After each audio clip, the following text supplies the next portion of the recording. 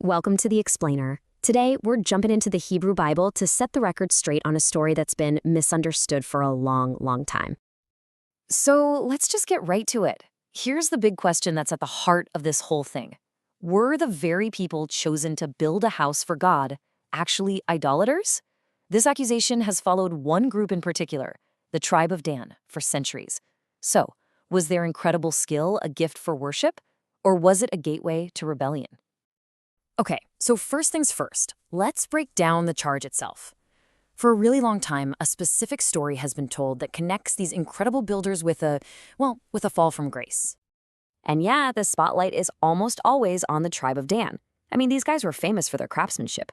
But the story you usually hear is that they took this God-given talent and twisted it, using it to make idols. But as we're about to see, that interpretation misses the bigger picture entirely. To really get why that charge is so unfair, we have to rewind. We've got to go all the way back to the beginning, to what this project was all about, because this was not just some ordinary building. So the tabernacle was meant to be something amazing, like a portable Eden, a physical place where heaven and earth could actually meet. It was this tangible sign that God wanted to live right there, in the middle of his people, as they were journeying through the desert. And the mission for this project? It came straight from God. The goal wasn't just to put up a tent, it was to create a space for a real connection, for divine communion. And you can imagine, a project this important was going to need a massive unified effort. And when I say unified, I mean everyone.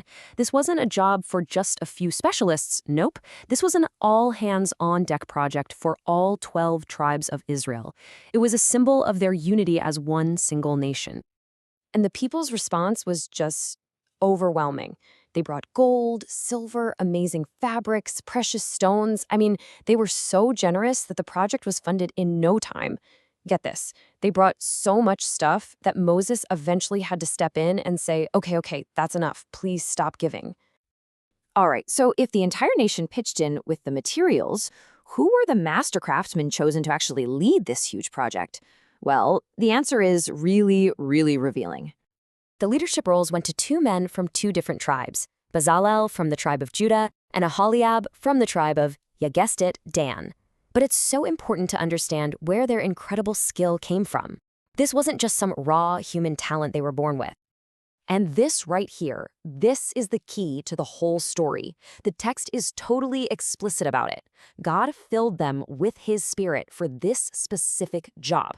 So their craftsmanship wasn't just talent, it was a direct divine gift, which, is pretty much the exact opposite of idolatry.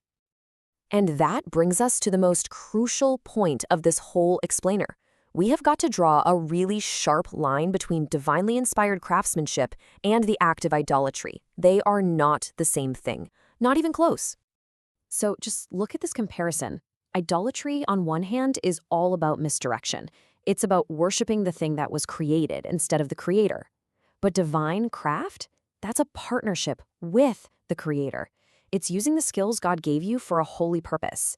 It's a form of worship, all on its own. A lot of this confusion comes from mashing together completely separate events in history. The Artisans' original work on the Tabernacle was holy.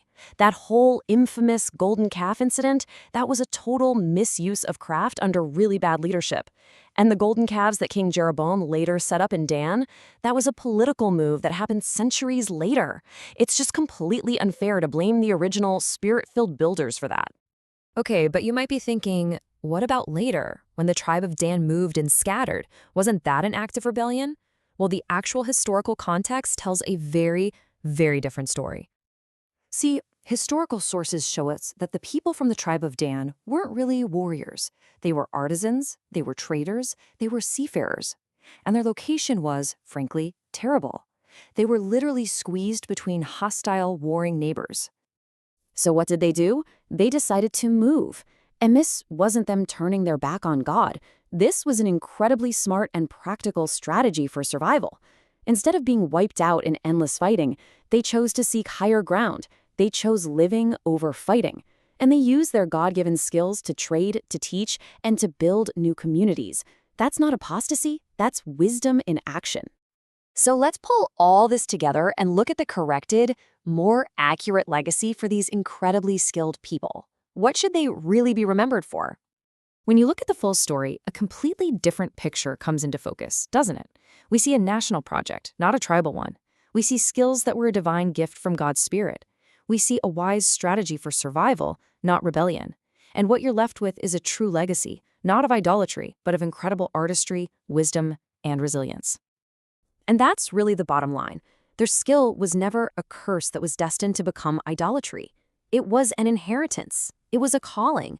God gave them these gifts as a way to reveal His own beauty, His own creativity, and His own wisdom in the world.